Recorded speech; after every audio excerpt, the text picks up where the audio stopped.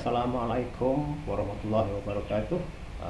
Ketemu lagi kita dalam kelas sejarah untuk murid-murid tingkatan 2, dan kita sambung bagi bab hubungan luar.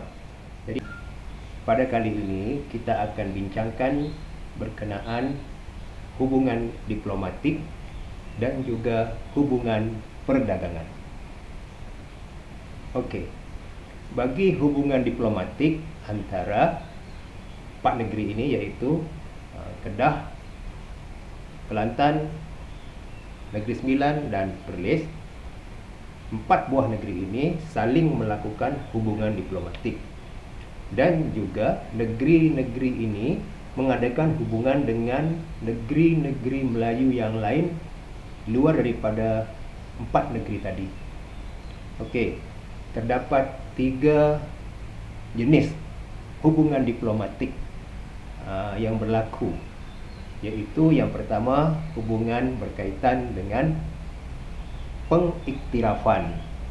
Yang kedua, hubungan diplomatik berkaitan dengan pertahanan. Dan yang ketiga, hubungan diplomatik berkaitan dengan perkahwinan. Okey. Apa yang dinamakan hubungan diplomatik berkaitan dengan pengiktirafan? Baik. Misalnya, pada zaman Kesultanan Melayu Melaka, ini kurun ke-15, ya. Sultan Melaka mengiktiraf pemerintahan Sultan Kedah. Sebaliknya, Sultan Kedah mengakui ketuanan Kesultanan Melaka. Ini satu hubungan diplomatik, iaitu negeri Kedah menjadi naungan kepada Kesultanan Melayu Melaka. Okey. Satu contoh lain ialah apabila Long Yunus telah berjaya menyatukan negeri Kelantan dan mengisytiharkan dirinya sebagai seorang sultan atau pemerintah, baginda telah diiktiraf oleh Sultan Terengganu. Ini dari sudut pengiktirafan. Jadi hubungan diplomatik antara Kelantan dengan Terengganu. Baik. Bagi yang jenis yang kedua, iaitu hubungan pertahanan. Pada zaman Long Yunus berusaha untuk menyatukan Kelantan, ada satu kerajaan di Hulu Perak. Hulu Perak ni sekarang dalam wilayah Greek. Pada zaman itu ada nama kerajaan Reman.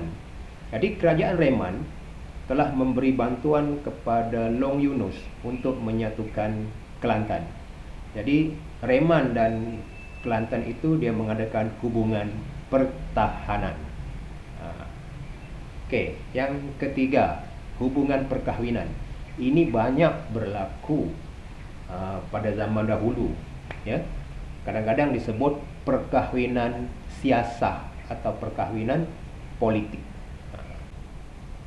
Misalnya, Sultan Mahmud Shah, iaitu Sultan Melaka yang terakhir, berkahwin dengan puteri Sultan Kelantan, iaitu Oning Kening. Jadi perkahwinan antara Sultan Melaka dengan puteri Sultan Kelantan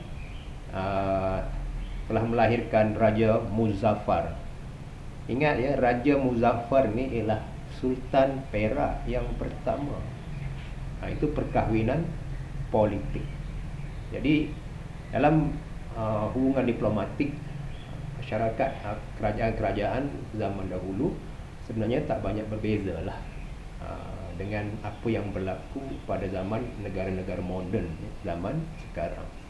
Jadi Malaysia ada hubungan diplomatik dengan Singapura, hubungan diplomatik dengan Jepun, ya, dan adalah faedah-faedah yang diperoleh daripada hubungan diplomatik ini. Okey, baik. Sekarang kita lihat dari sudut hubungan perdagangan, iaitu hubungan antara empat negeri yang kita bincangkan, iaitu Kedah, Kelantan, Negeri Sembilan dan Perlis. Baik, untuk melakukan hubungan perdagangan, tiap negeri mesti mempunyai pelabuhan. Okey, bagi negeri Kedah ada 2 pelabuhan. Satu ialah Lembah Pujang Ini terkenal sampai sekarang masih ada kesan-kesan atau tapak pelabuhan Lembah Bujang. Yang kedua, pelabuhan di Kuala Muda, di Sungai Muda, Kedah. Ini pelabuhan untuk negeri Kedah. Bagi negeri Kelantan, ada pelabuhan yang disebut sebagai Pangkalan Galuh, ya.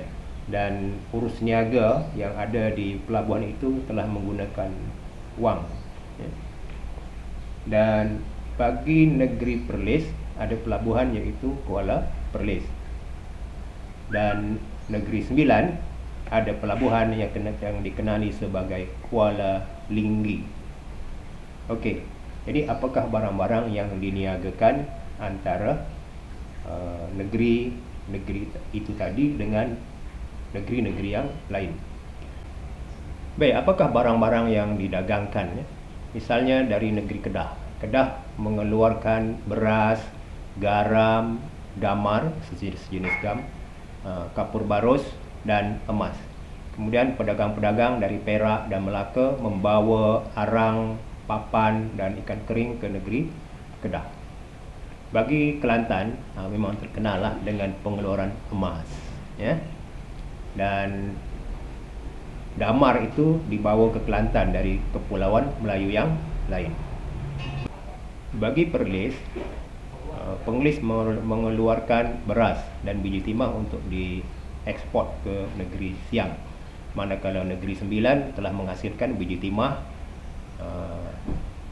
sirih dan kayu gaharu yang dijual ke Johor dan Melaka.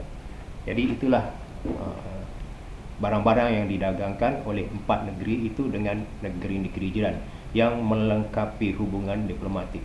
Dan iktibarnya sampai sekarang pun negara kita sebenarnya mengutamakan hubungan perdagangan dengan negara lain. Misalnya negara kita mengekspor minyak sawit ke negara China dan India. Ini penting untuk kemakmuran ekonomi. Jadi hubungan diplomatik itu salah satu kepentingannya ialah untuk mewujudkan kemakmuran ekonomi sesebuah kerajaan atau negara.